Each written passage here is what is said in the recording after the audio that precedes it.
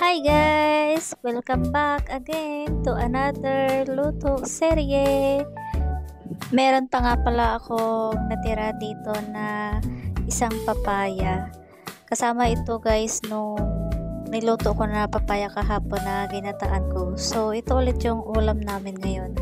Papaya ulit. Pero hulaan nyo kung ano yung sasaw ko dito. Char lang. So, ito na nga, binalatan ko na nga, tapos ganyan lang ulit kalalaki yung hiwa ko, tapos, pero naman siyang mga buto, pero sobrang maliliit lang niya.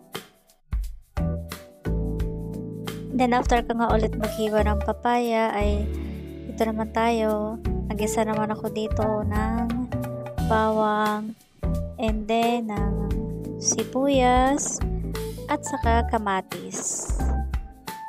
Sinahugan ko lang pala yan siya ng isang pirasong sardinas, yung kulay pula, kasi mahilig naman kami sa maanghang. Tapos sinangkutsa ko lang siya ng ganyan, tapos hinati ko lang sa gitna yung isda para dumami.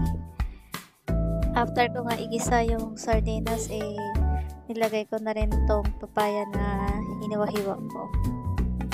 At saka naglagay din pala ako dyan ng pampalasa na oyster sauce, pamintang durog, at saka konting asin lang. At saka syempre sisimutin natin yung laman ng lata, no? Kaya doon ko na lang din siya nilagyan ng tubig. Tapos yan, inalo-halo ko lang siya para mag-incorporate lahat ng lasa. Tapos saka ulit tatakpan.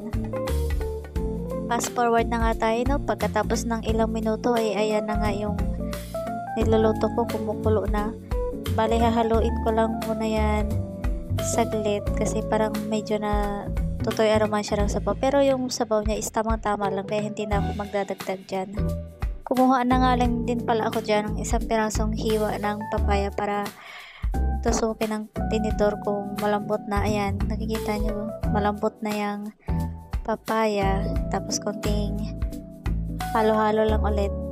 Yan, para sa akin okay na yan, malambot na. And then, nagprito na naman ako ulit ng galunggong para i-partner sa ating gulay. Ayan, luto na rin yung ating pritong galunggong at saka ang ating papaya with sardinas. Yun lang guys. Thank you for watching.